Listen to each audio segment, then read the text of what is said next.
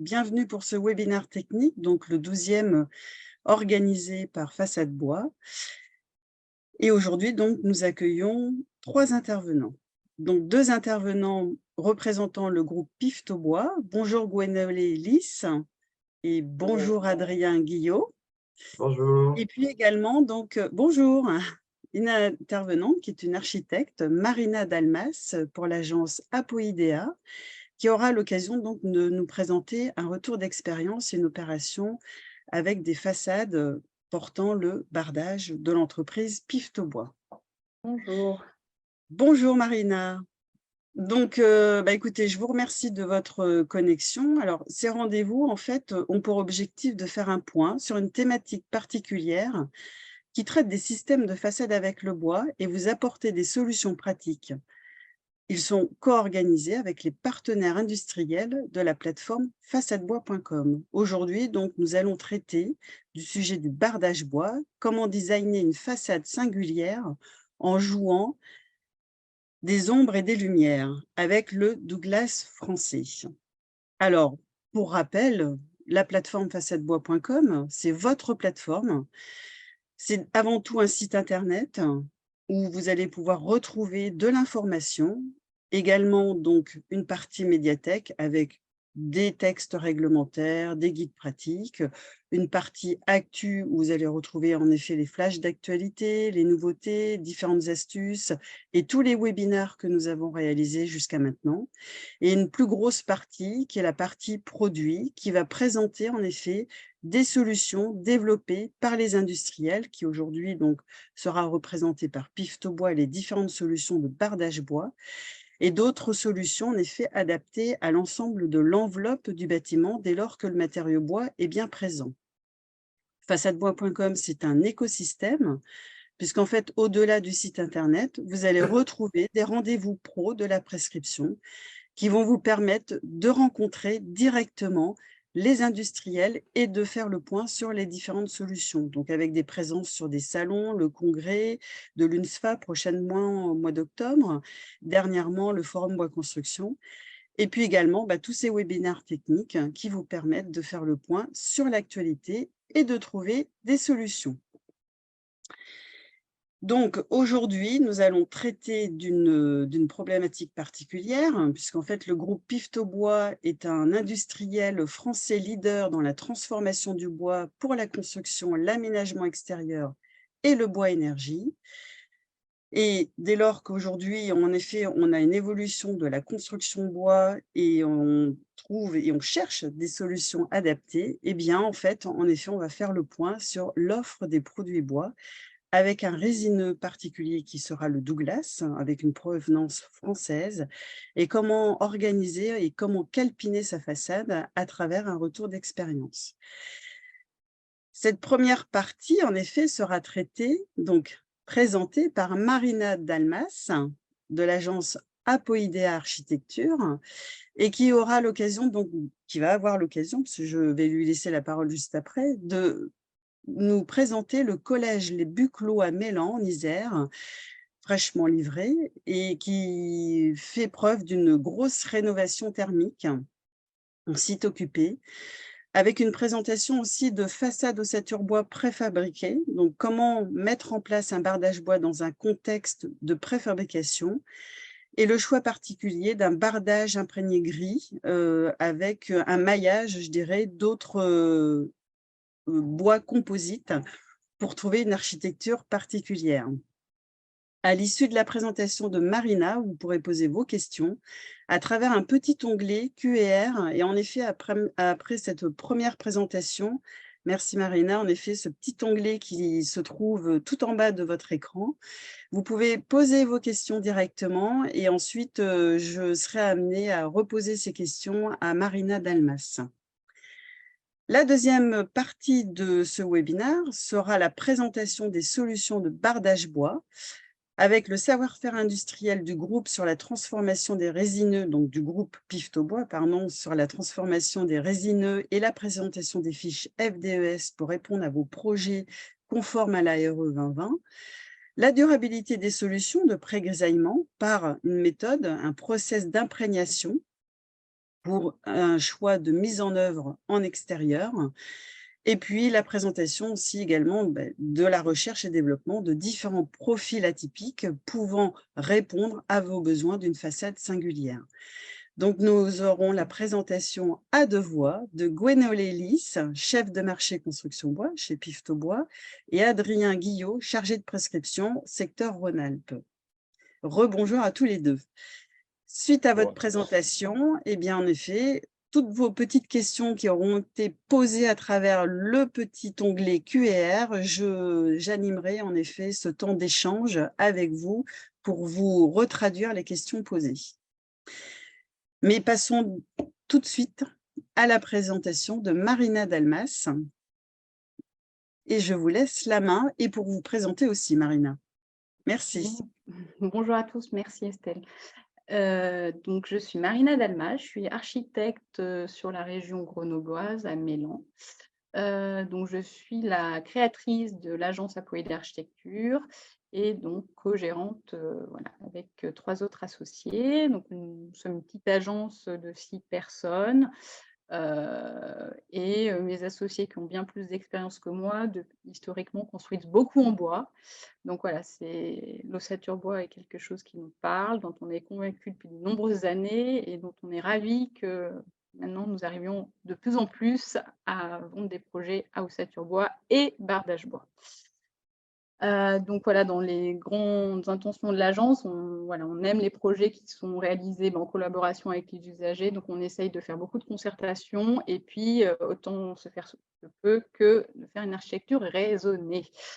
Donc voilà, dans nos conceptions, donc on a fait plusieurs équipements. Donc en général, on est sur des équipements publics, donc des écoles, collèges, des extensions, et dans toutes nos réponses, en général, on arrive à apporter du bois, que ce soit aussi en réhabilitation dans des charpentes qui sont recréées. Donc voilà, le bois nous parle beaucoup, c'est un matériau qui nous parle.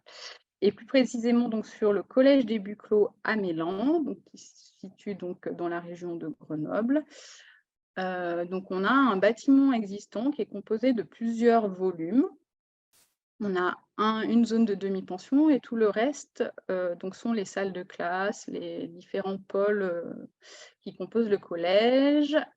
Donc c'est un bâtiment qui est situé dans un écrin très végétal, donc il y a beaucoup de gros sujets d'arbres sur l'environnement tout autour, avec un plateau sportif. Donc c'est quand même, dans l'idée, voilà, c'était d'avoir un bâtiment qui soit très intégré à son contexte.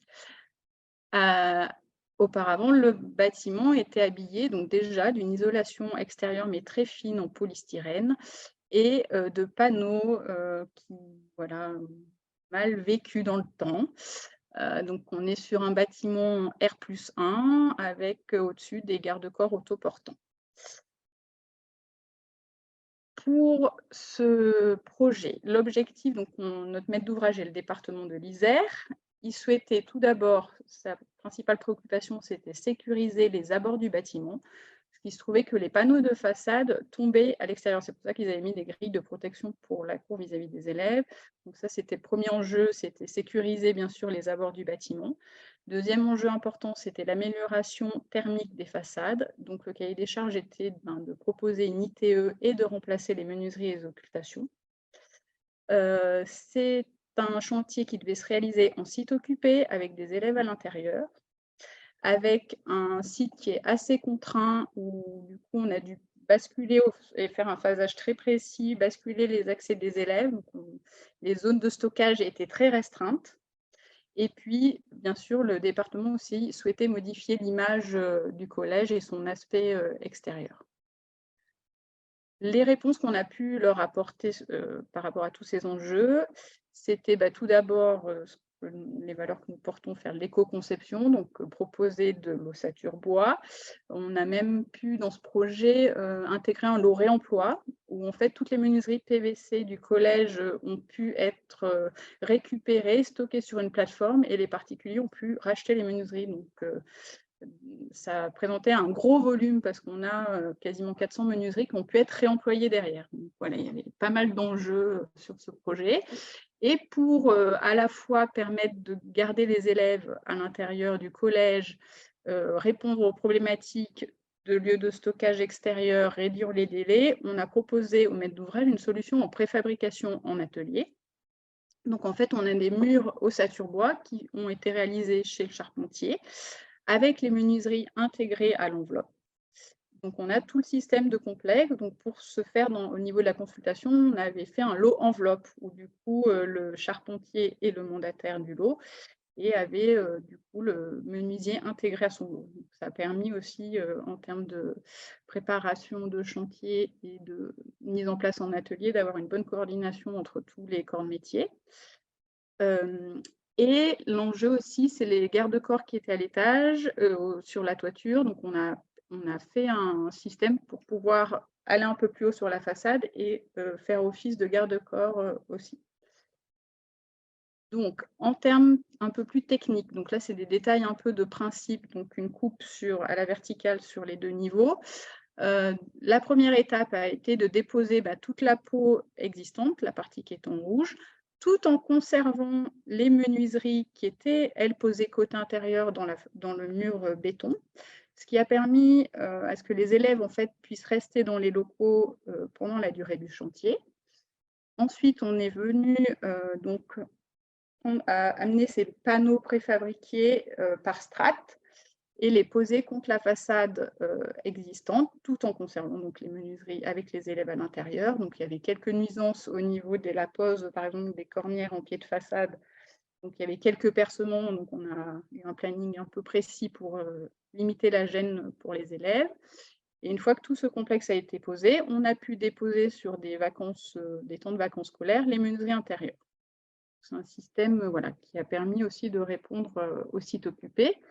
Et au-delà de tout ça, en fait, on a un bâtiment qui est en R+1 avec des volumes un peu en joint creux. Donc, tous ces volumes en joint creux ont été traités avec un parement métallique. Par contre, tous les volumes en R+1, l'idée, c'était de redécouper en hauteur. Donc, on a fait des strates horizontales qui ont permis aussi d'amener ces panneaux préfabriqués par strates. Et on souhaitait avoir un rendu le moins homogène possible, avec des effets de nuances d'ombre sur la façade. Donc, on a travaillé beaucoup en préalable avec Pifto, avec Adrien, pour voir quelle était la meilleure réponse en termes de profil de bardage. Donc, en fait, on a alterné des bardages rainurés et des bardages non rainurés.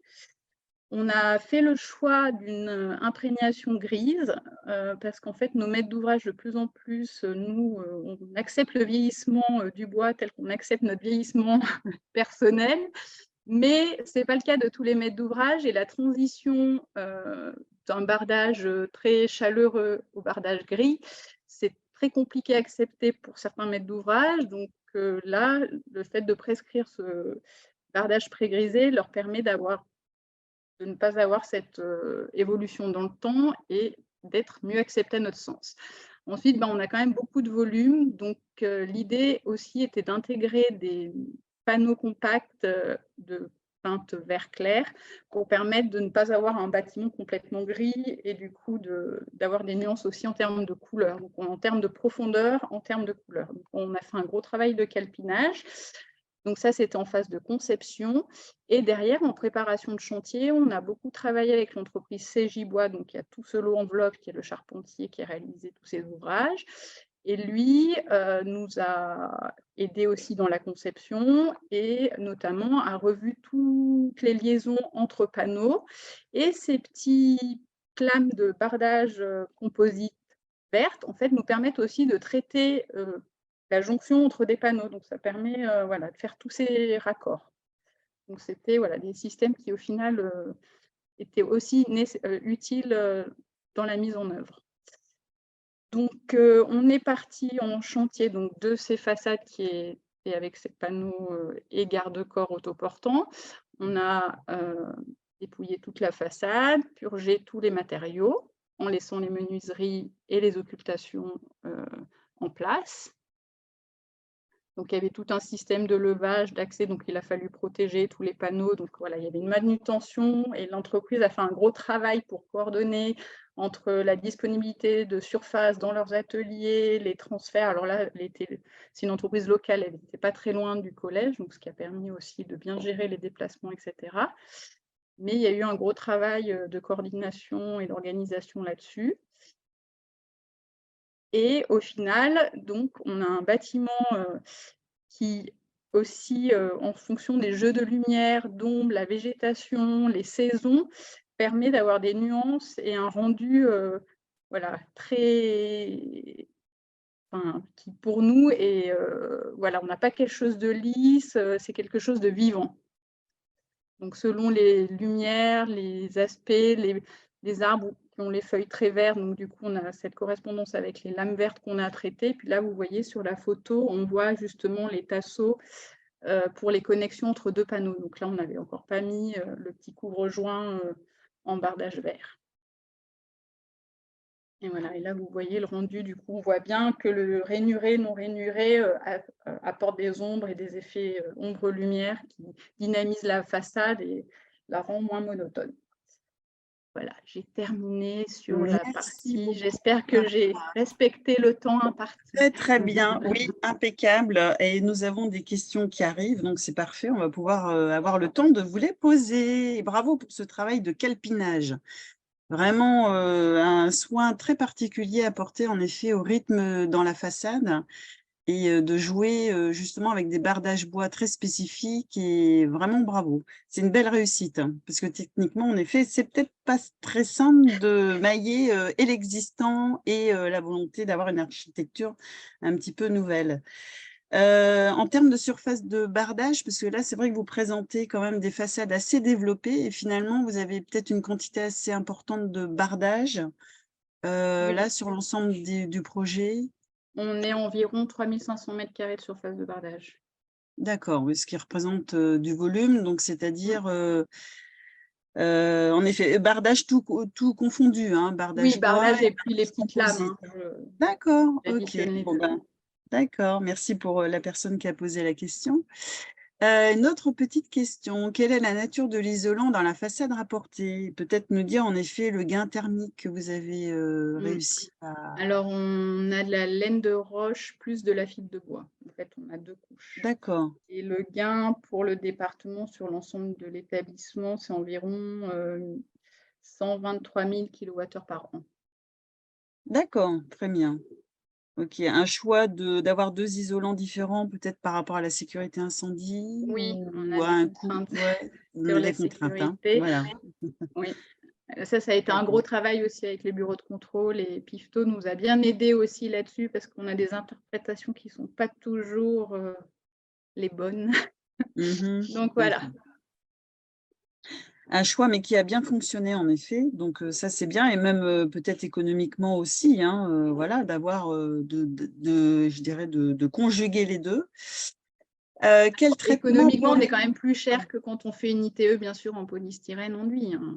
Ouais, mais Mais vous on avez a dit réussi à des… s'en sortir et à Ouais, voilà. Puis pour voilà la petite et… anecdote, juste, c'était très marrant parce qu'on a fait tout le collège et à côté, on devait rénover thermiquement aussi les logements et tout le personnel du collège ne souhaitait pas de bardage sur leur logement parce qu'ils trouvaient que ça D'accord. vieillissait très mal et maintenant qu'ils voient le collège réalisé et qu'on passe sur la phase logement, ils sont très déçus de ne pas avoir de bois et d'avoir un enduit. Donc D'accord. c'est marrant comme au fil du temps, on a réussi quand même à faire changer un peu les mentalités et voilà, leur perception des choses. D'accord, OK. Alors, j'ai d'autres questions qui arrivent. Cependant, merci de vous nommer. Je vois des questions spectateurs anonymes. Merci de, voilà, de vous présenter aussi à travers les questions. Quel traitement pour les appuis de tableaux et les linteaux? En effet, on ne voit pas de bardage bois, mais Oui, quels en sont fait, on a les des matériaux habillages choisis? en alu, oui, on a des habillages en alu de partout parce qu'aussi on avait des petits poteaux, derrière dans les meneaux là qu'on voit. Donc en fait, on a des capots, alu qui viennent habiller, tous ces pourtours de menuiserie. D'accord, OK. Encore une question. Qu'est-ce qui a causé le vieillissement prématuré de l'ancien revêtement?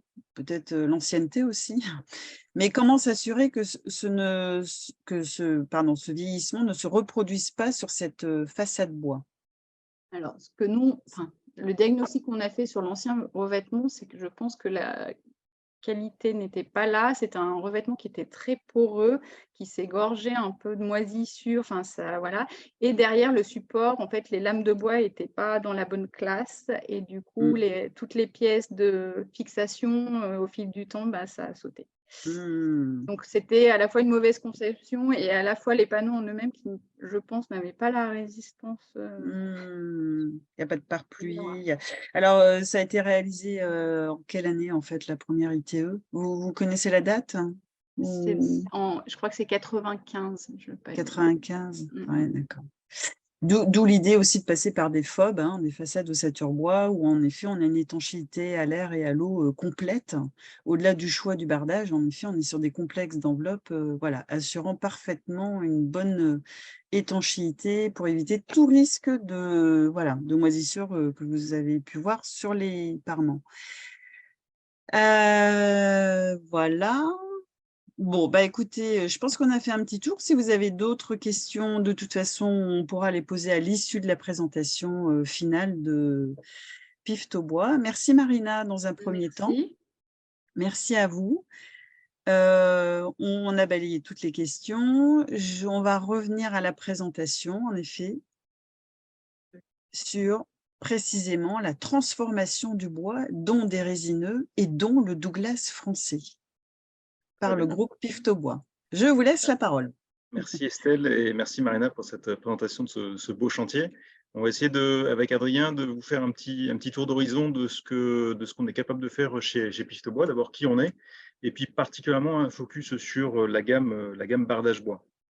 Donc Piftobois, c'est une entreprise, c'est une ETI, hein, un groupe industriel et familial qui existe depuis 75 ans désormais. Qui travaille avec 1200 collaborateurs répartis sur 3 sites de production.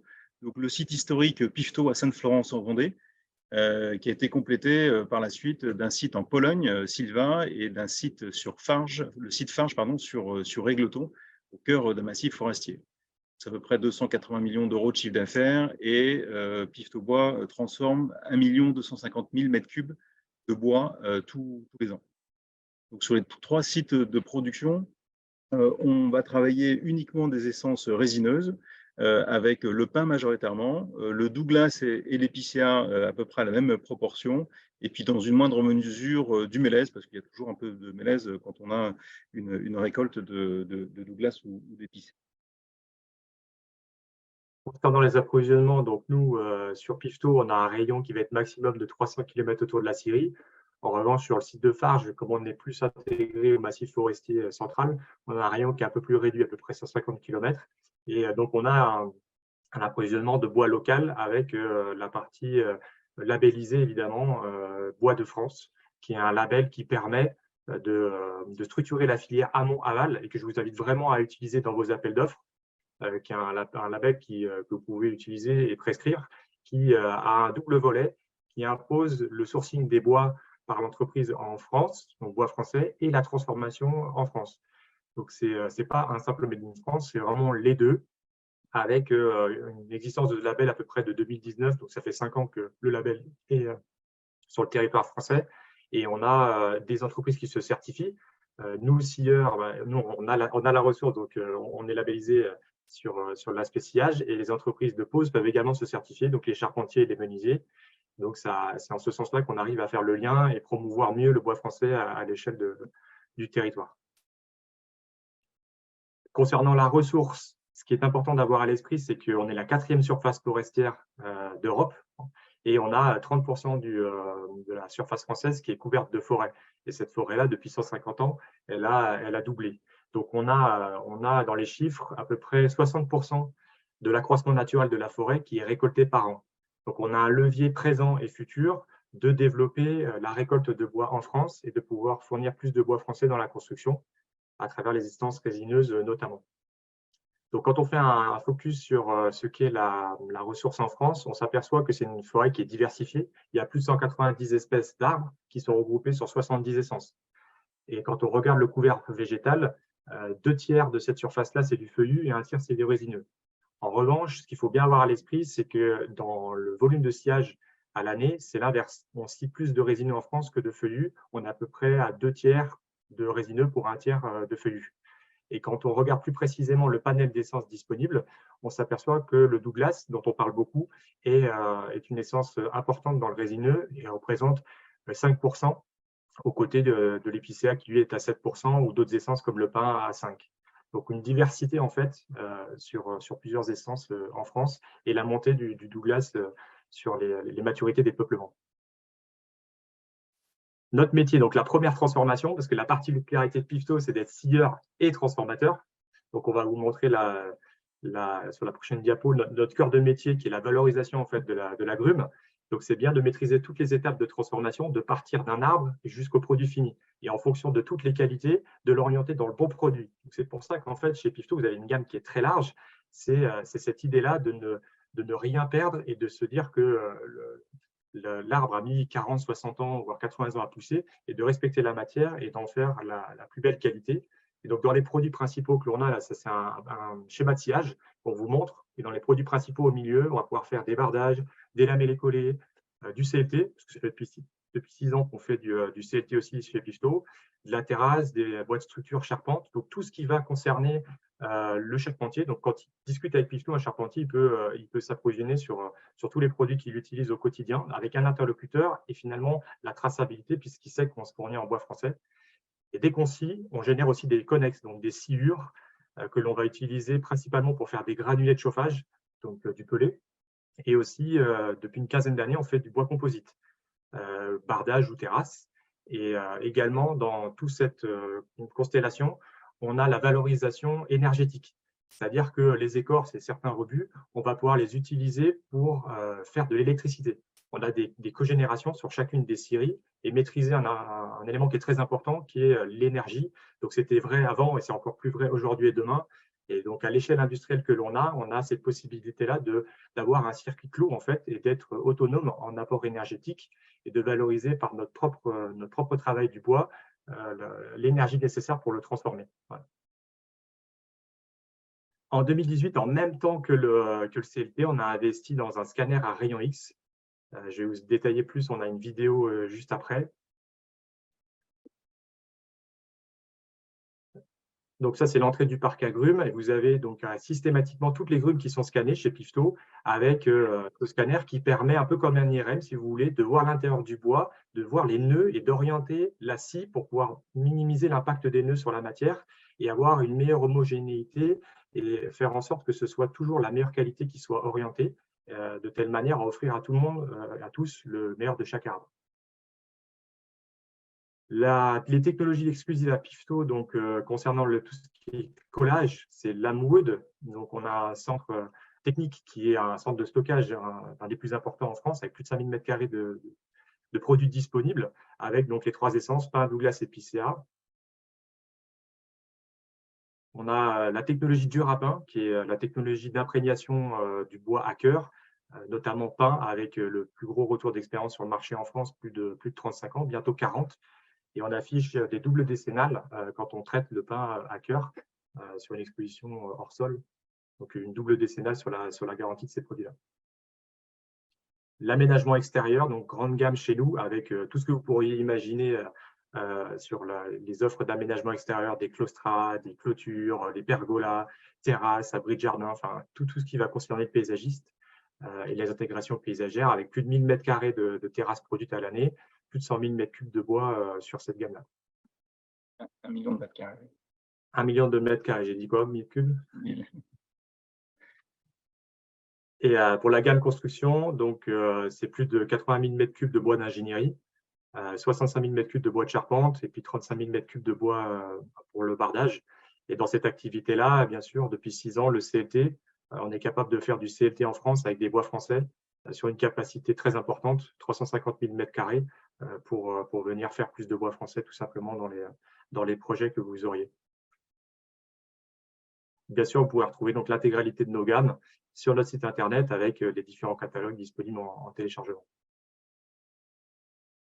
Alors, si on fait un petit point sur, merci Adrien, cette présentation. Si on fait un petit point sur l'offre bardage de Piftobois, c'est une gamme qui permet de répondre à l'ensemble des marchés de la construction, hein, que ce soit de la maison individuelle, du logement collectif, du tertiaire. C'est vrai qu'on aime jouer principalement sur la transformation de la matière pour donner voilà, tout ce cachet aux façades avec différents rythmes qu'on vient composer avec les différents profils.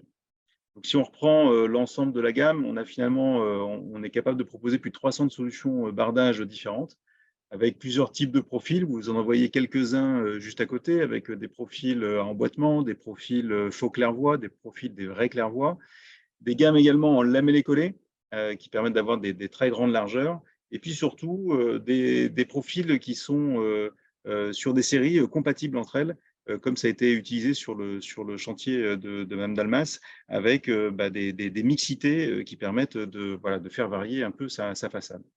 Donc, on a vraiment une robuste expertise hein, depuis plus de 35 ans de conception, de sciage, comme le disait Adrien, c'est ce qui nous différencie un peu dans le panorama des intervenants français, c'est qu'on fait à la fois du sciage et à la fois la fabrication de bardage extérieur.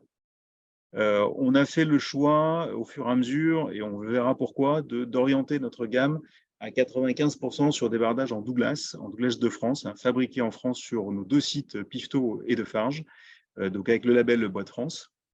Et on a effectivement une expertise hein, de la solution d'imprégnation colorée qu'on a commencé sur le pin et désormais aussi sur le Douglas, avec une garantie de 10 ans sans entretien sur la partie bardage. Et puis une autre particularité, c'est que l'ensemble de notre gamme de bardage est couvert par des fiches de données environnementales et sanitaires. Et là aussi, on fera un petit focus sur cette partie-là, qui est un enjeu majeur aujourd'hui, hein, avec l'application de la RE 2020, de savoir trouver la bonne FDES qui correspond au bardage pour optimiser sa donnée environnementale. Donc, si on prend un peu l'ensemble de notre panel de profils, hein, on va retrouver sur la gauche du tableau des bardages en lamellé-collé, donc c'est un peu une exclusivité chez Piftobois, avec des lames Largo et Legato, dont la Legato qui a une largeur utile de 240 mm de largeur, ce qui permet avec une lame de 4 mètres de quasiment couvrir 1 mètre carré à chaque lame qui est posée. Donc un gain de temps de pose qui est intéressant. Une nouveauté, c'est le bardage concerto qu'on vous représentera tout à l'heure.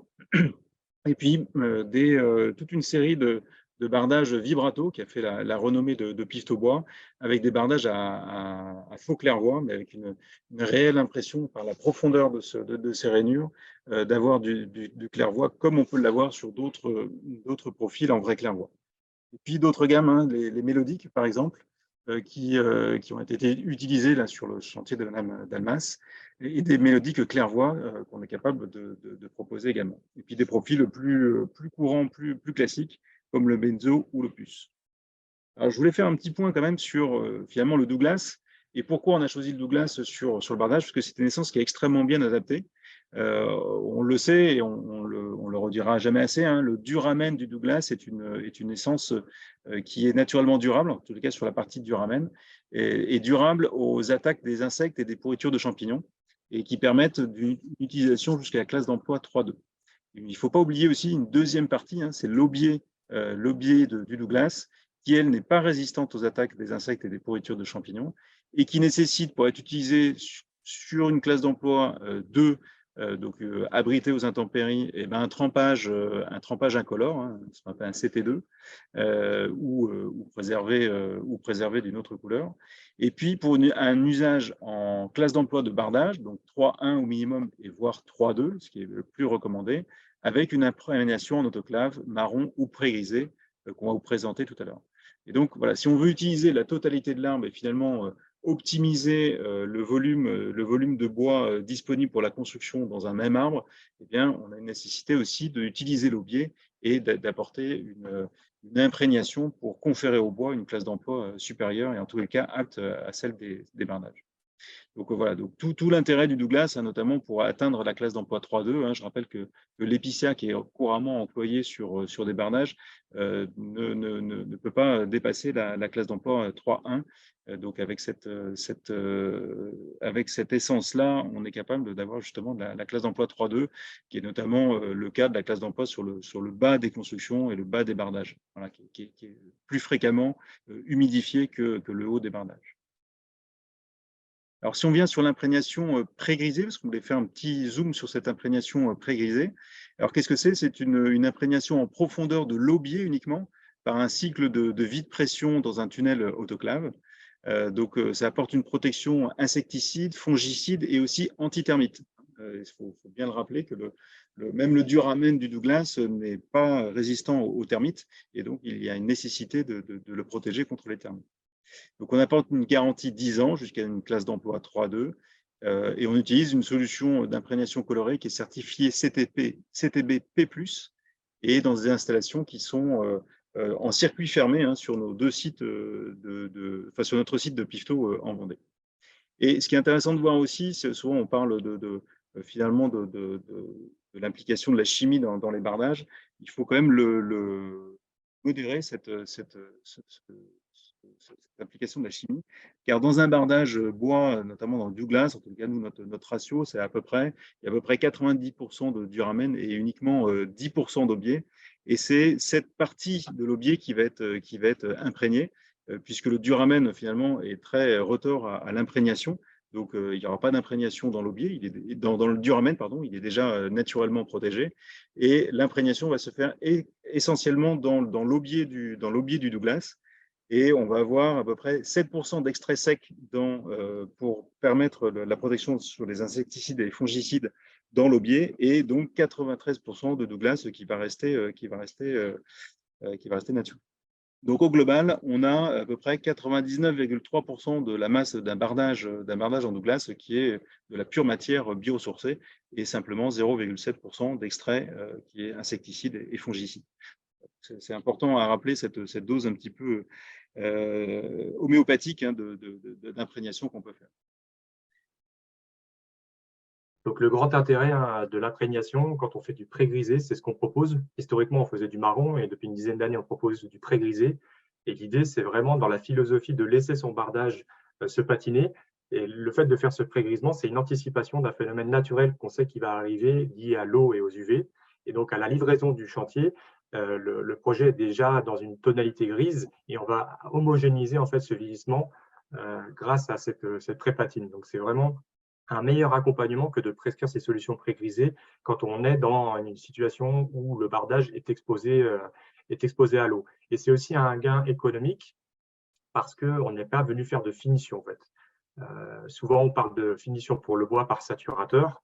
Une finition, c'est plus dans une logique du maintien de la teinte. Donc, ça veut dire qu'on a un entretien. Déjà, c'est plus cher à la fourniture, une finition, par rapport à l'autoclave de base. Et ensuite, c'est plus cher dans la vie de l'ouvrage parce qu'un saturateur, ça s'entretient pour renouveler la teinte. Alors que le contre-pied fait par l'imprégnation, c'est de ne pas l'entretenir, de faire en sorte que le bardage soit le mieux exposé possible et qu'il vive sa vie. Voilà, la durabilité, elle a été conférée dans l'aubier, comme l'a dit Gwenolé, donc on n'a pas besoin d'entretenir le bois. Et donc après, il faut travailler l'architecture, comme a pu le faire Madame Dalmas, position verticale, limiter les effets de masque et aller sur du pré-grisé quand on est complètement exposé pour accompagner de meilleure façon. Et comme l'a dit Gwenolé, c'est une très bonne manière pour la ressource forestière de valoriser l'aubier et donc minimiser en fait, le volume de bois récolté pour un même chantier. Parce que s'il fallait faire l'intégralité de tous les bardages que dans la partie du cœur, il faudrait récolter beaucoup plus d'arbres. Voilà. Donc on peut, avec un même arbre, faire beaucoup plus de chantiers et donc prendre un peu de recul par rapport à ça et avoir une matière qui est plus raisonnée dans l'usage. Quelques exemples de chantiers. Donc, ça, c'est un chantier qui a un profil très mollo de logement vous avez une position verticale du bardage, donc comme je le disais, et donc on observe cette pré-patine sur les façades pour accompagner le vieillissement. Autre exemple, toujours de très mollo, je vous invite à regarder donc en bas à droite la photo. Donc, ça permet de voir que l'imprégnation, comme elle est faite que dans l'aubier, on a des légères différences de lame à lame. On voit il y a une légère différence peut-être d'une lame à l'autre, mais c'est ça permet en fait de se rendre compte que comme c'est que l'ambier qui est traité, suivant les lots de bois, on a une absorption qui est légèrement différente. En revanche, quand on prend du recul, en fait, la façade, elle est homogène et de toute façon, avec l'eau, elle va évoluer. Et ça, c'est un exemple qu'on vous a mis là de grisonnement sur un bardage qui a été livré en 2018 à gauche. Et 3 ans plus tard, vous avez donc l'accompagnement du vieillissement sur un bardage pré-grisé. Donc, c'est à différencier de cet exemple-là, qui est un exemple avec une imprégnation marron. Donc, on voit bien la différence. Hein. Le précédent chantier, il était livré pré-grisé. Celui-là, il est livré marron. Donc, on voit bien la nette différence entre les deux types de coloration que l'on propose. Et sur ces deux chantiers-là, on voit bien aussi tout l'intérêt d'avoir des bardages sans entretien, parce qu'on imagine forcément que l'entretien avec un échafaudage sur ce type de bâtiment représente un coût qui est important dans la vie du bâtiment et dans l'exploitation du bâtiment. On va maintenant revenir sur le point des FDES Piftobois, donc c'est les fiches de données environnementales et sanitaires. Vous le savez, depuis maintenant plusieurs années, hein, la RE 2020 est applicable, enfin, ça s'est fait progressivement sur l'ensemble des bâtiments, et la RE 2020 impose d'avoir une analyse de cycle de vie du bâtiment avec une étude thermique qui vient finalement chercher des données environnementales pour chacun des produits et qui est donnée par les fiches de données environnementales et sanitaires. Donc, ces fiches-là sont disponibles sur la plateforme ignes.fr. Et on se rend compte avec la RE 2020 et avec la projection, avec cet objectif de baisse de la consommation de carbone et sur les bâtiments, que l'indice carbone a un objectif de baisser de 30% d'ici 2030. Donc, voilà. Donc, aujourd'hui, on arrive à peu près à construire comme on faisait jusqu'à encore quelques années. Et on voit bien qu'à partir de 2025, entre 2025 et 2028, finalement, les bâtiments, donc 2025-2028, hein, c'est des bâtiments qui sont conçus aujourd'hui pour être construits en 2026-2027, et bien ces bâtiments-là vont avoir un indice carbone qui va marquer une rupture et qui va nécessiter d'utiliser beaucoup plus de produits biosourcés dans la construction, que ce soit dans la structure ou dans le parement. D'où l'intérêt de se reporter aux bonnes fiches FDES de manière à concevoir les bâtiments de demain. Ce qui est intéressant dans la façade, puisqu'on parle de bardage et de façade, c'est de bien se rendre compte un peu du gain que peut apporter une façade bois par rapport aux autres types de vêtures. Donc là, vous avez un comparatif entre les différents parements. Hein. Vous avez les parements enduits, les parements PVC, les parements zinc, les fibres ciment, les parements acier, et puis le bardage bois. Et on voit bien finalement que le bardage bois apporte en moyenne entre 85 et 95% d'impact positif hein, sur l'impact carbone du bâtiment. Vous voyez, hein, en fonction des fournisseurs là, et des industriels qui ont déposé des FDES, vous avez des variations qui sont assez fortes. Et d'une manière générale, on voit bien que le bardage bois a une note, un ratio carbone qui est bien plus intéressant. Autre point, il existe plusieurs types de fiches de données environnementales et sanitaires. Il y a d'abord les fiches de données environnementales et sanitaires individuelles, ce qui est le cas par exemple sur notre CLT, hein, notre matériau de construction cross-laminated timber, sur lesquels on a une propre fiche FDES. Et sinon, sur l'ensemble des bardages, on s'appuie plutôt sur des fiches de données environnementales et sanitaires qui sont des fiches collectives qui ont été faites en fait avec plusieurs industriels représentatifs du marché, de manière à pouvoir donner des fiches de filière. Et puis, en dernier recours, en fait, il y a aussi l'existence de fiches par défaut du ministère de la Transition écologique qui ont été produites, qui n'ont pas forcément des très bons résultats, mais qui permettent en tous les cas, dans tous les cas, en fait, de faire une analyse de cycle de vie du bâtiment avec ces fiches-là. Ce qui est intéressant de voir, finalement, c'est l'impact aussi que peut avoir la provenance des bois sur les fiches de données environnementales et sanitaires. Vous avez sur la gauche, en fait, les fiches sur lesquelles on se reporte, hein, c'est-à-dire ce sont des fiches qui ont été créées par la FNB ou par France Douglas, qui ont la particularité par rapport à celle-ci d'utiliser des bois français usinés en France. Et on voit bien que l'impact de la ressource et du sourcing des bois est important parce que là aussi, on peut encore faire un gain de 85% d'impact sur le carbone. Voilà, donc c'est important en termes de conception pour choisir aussi des produits des produits plutôt avec des bois français, avec une note justement qui justifie tout l'apport de l'approvisionnement local. Et c'est important de le suivre aussi sur le chantier et de respecter les prescriptions de manière à respecter des bardages avec des bois français. Donc tout ça, on a décidé d'en faire un guide d'optimisation de la donnée environnementale, de manière à vous orienter sur les bonnes fiches qui correspondent aux produits qui sont fabriqués chez Piftobois et qui vous permettront d'optimiser cette donnée environnementale sur les chantiers. Là, je parle vraiment à tous les architectes qui conçoivent les bâtiments. Alors, donc ça, c'est une donnée qui est extrêmement importante, hein. C'est un des gros enjeux des années d'aujourd'hui, hein, vraiment, dès cette année pour les concepteurs. Et on le voit de plus en plus, les entreprises, en fait, on leur demande de répondre avec des produits et de prouver et de redonner les FDAES qui correspondent aux produits.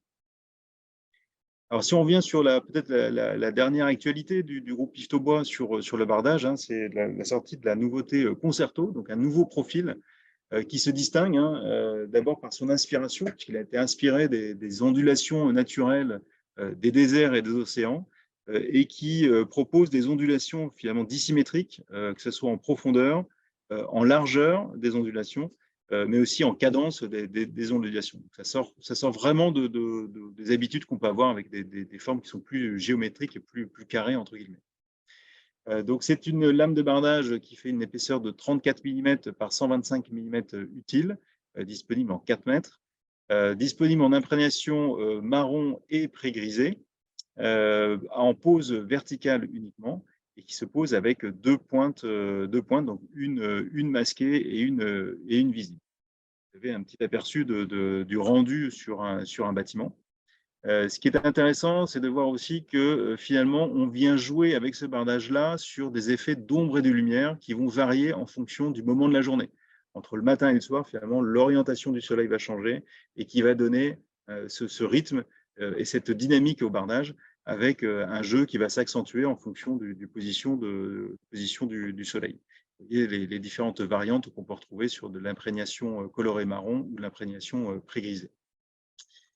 Un autre atout de ce bardage-là, c'est le fait qu'il soit compatible avec la lame Mezzo, hein, donc qui est un profil beaucoup plus standard sur le marché et beaucoup plus plat, et qui vient marquer en fait la différence par contraste entre le profil du Mezzo et le profil du Concerto.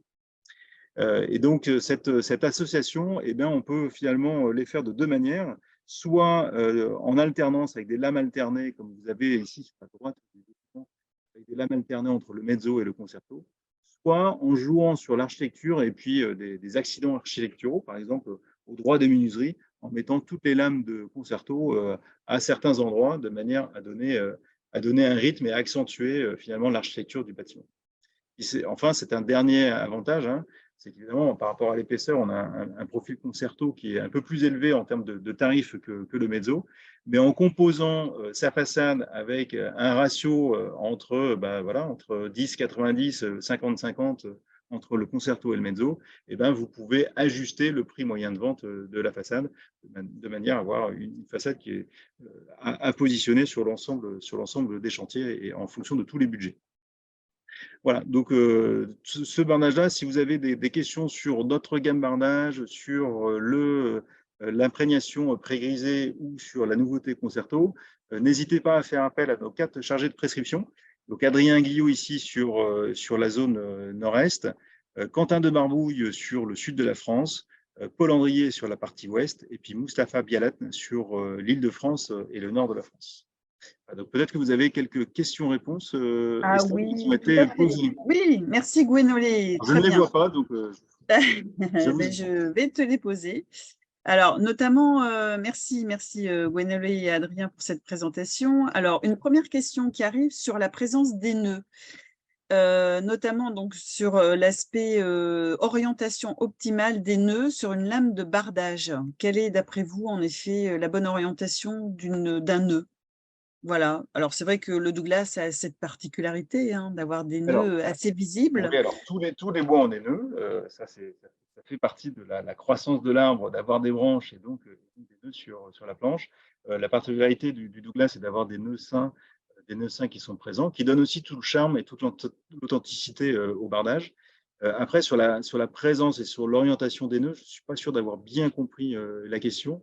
Voilà, Je pense que la question faisait aussi rappel, par exemple, au scanner où on arrive à identifier en effet les nœuds. Est-ce que ça, c'est une information que vous prenez en effet pour déligner le tout à fait, bois et exactement. réorienter la lame en fonction de Exactement. Donc, du nœud? on a, en fonction des singularités du bois, on a des défauts, enfin, ou des singularités qu'on vient écarter sur les choix de bardage.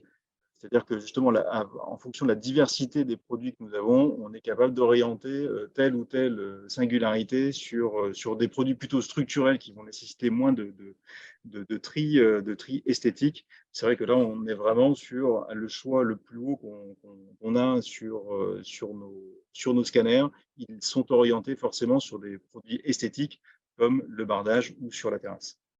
Je ne sais pas si ça répond à la D'accord. question. Mais voilà. Oui, je pense Le que tri oui. comme ça est vraiment, le scanner nous permet d'avoir une justesse et une régularité dans les critères de choix, en fait, puisque c'est dès le scanner qu'il va y avoir ce tri de l'attribution des bois en fonction des usages qu'on en fait. D'accord, bah, écoute, très bien. Une autre question qui arrive sur l'imprégnation. Alors, là, je vais lire la question, mais il faudra lire, je pense, Aubier plutôt que Duramen. Plutôt que d'imprégner le Duramen, pourquoi pas fabriquer des lames de sorte que le Duramen soit situé sur l'envers du bardage plutôt que sur l'extérieur et ainsi, en fait, moins exposé aux intempéries. Mais je pense qu'il faut lire l'Aubier Ouais, dans l'Aubier, oui. Alors, c'est ce qu'on dans fait déjà un l'imprégnation. petit peu, puisque on n'en a pas parlé là, mais on a aussi un choix sur une quantité limitée de bardage avec une sélection hors aubier, sur laquelle on enlève vraiment l'ensemble de l'aubier, notamment de la face extérieure, de la face visible. Hein. Donc, ça fait partie des possibilités qui sont permises par la norme et le DTU, d'avoir du 100% hors aubier sur les faces visibles. Donc, ça, c'est ce qu'on propose déjà. Et si on veut vraiment avoir une quantité de bois, et on le voit bien aujourd'hui avec l'augmentation des constructions bois, on a besoin de répondre, avec le volume maximum qu'on est capable d'utiliser dans nos grumes. Et à ce moment-là, effectivement, on vient uniquement faire de l'imprégnation uniquement dans les zones aubieuses, mais qui sont de toute façon limitées. Hein. C'est un peu l'exemple du schéma que j'ai montré, avec en moyenne 10% d'aubier et qui est plutôt sur la face du dessous, hein, donc non exposé aux intempéries. Voilà, donc on mixe un peu les deux, hein, à la fois des choix hors aubier et après une conception de la lame qui privilégie l'aubier plutôt en intérieur et avec une imprégnation de toute façon. Voilà, et pour correspondre aussi, conformément au DTU, Mmh. aux différentes classes d'emploi les plus élevées, Exactement. notamment la classe d'emploi 3.2. Une autre question qui va en effet sur l'imprégnation et notamment sur la garantie des 10 ans. Que se passe-t-il au-delà de cette garantie par rapport au vieillissement, par rapport à la garantie de la tenue des différents produits en fait, Okay. imprégnés? Alors, je pense qu'il faut différencier. Je pense que dans cette question, il y a la différenciation en fait entre la garantie commerciale et puis finalement la pérennité du bardage. Donc aujourd'hui, nous, on a une expérience de plus de 35 ans, 40 ans sur le bardage. Et bien évidemment, ce n'est pas parce qu'on dépasse la garantie de 10 ans que le bardage va s'effondrer. C'est justement toutes les normes et les imprégnations qu'on peut faire sont là aussi pour garantir une pérennité du bardage jusqu'à 50 ans sans aucun problème sur ce type d'ouvrage, en associant à la fois un choix d'essence comme le Douglas, qui est à 90% naturellement durable, mais aussi de l'imprégnation pour permettre d'assurer la durabilité.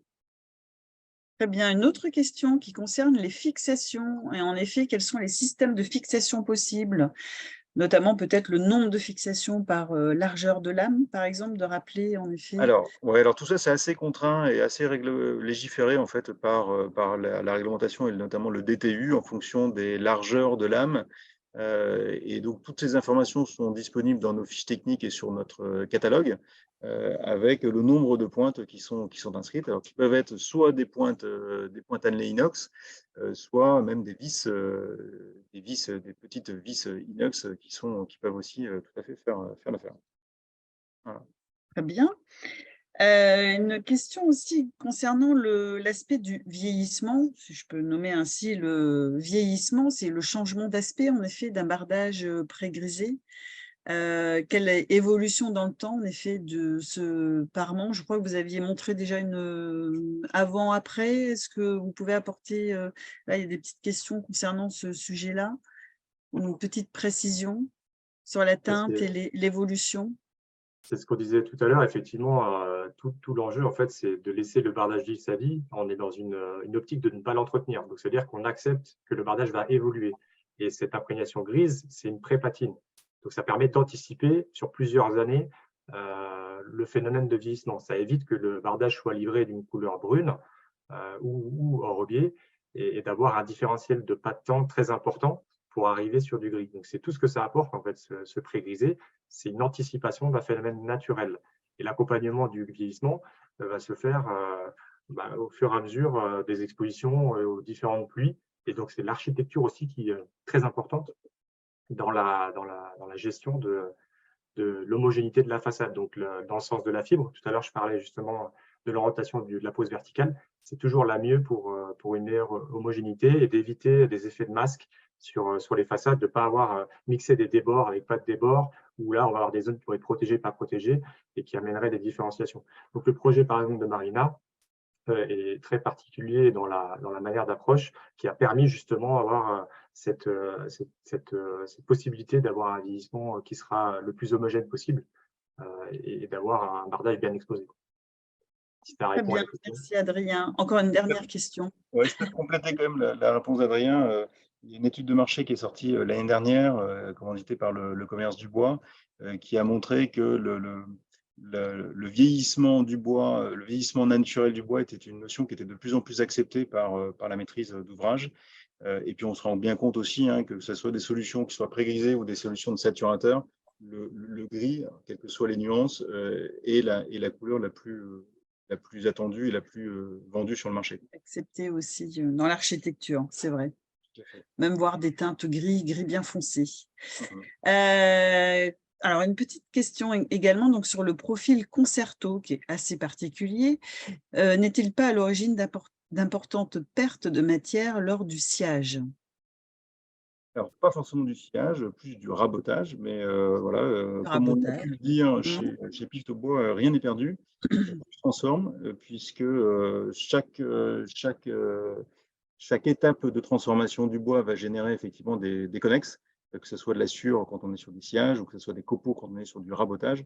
Tout est réutilisé derrière, soit pour alimenter en énergie nos propres usines, soit pour générer derrière des pellets de manière à chauffer les maisons ou les bâtiments de nos clients. Et encore une dernière question, pourquoi préférer le Douglas au pin finalement, qui a aussi un objet durable? Très bonne question. Tout simplement, sur l'imprégnation, le pin est une essence qui a une très bonne imprégnabilité, mais qui a aussi, à l'inverse, une variation dimensionnelle qui est plus importante que celle du Douglas.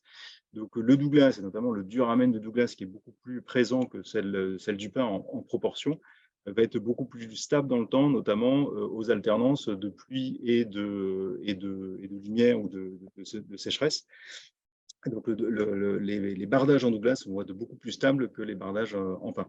Voilà, donc, raison pour laquelle on a plutôt orienté notre choix de gamme sur le Douglas, et on voit bien que c'est une essence qui est beaucoup plus stable.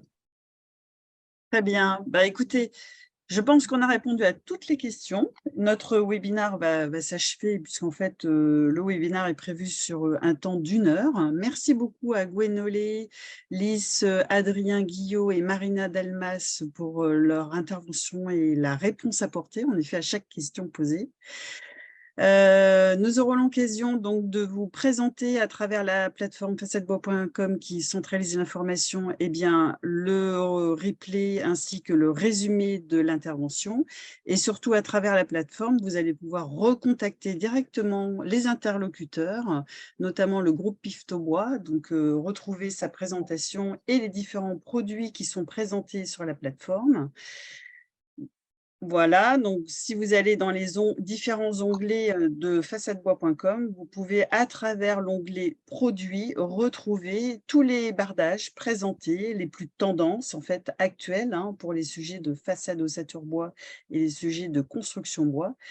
Donc d'une part, avec une présentation architecturale, je dirais, de chaque produit, une présentation aussi détaillée de chaque produit avec des filtres associés, et toutes les fiches techniques ou les petites vidéos associées à chaque produit, notamment pour le dernier, tendance concerto. Voilà. Merci, j'ai pas la main, mais voilà, on y arrive. Et la dernière rubrique, la rubrique Actu, où vous allez pouvoir retrouver dans l'onglet Webinar, eh bien, le replay qui sera disponible d'ici une dizaine de jours avec un résumé et la présentation de nos intervenants. Un grand merci à chacun d'entre vous.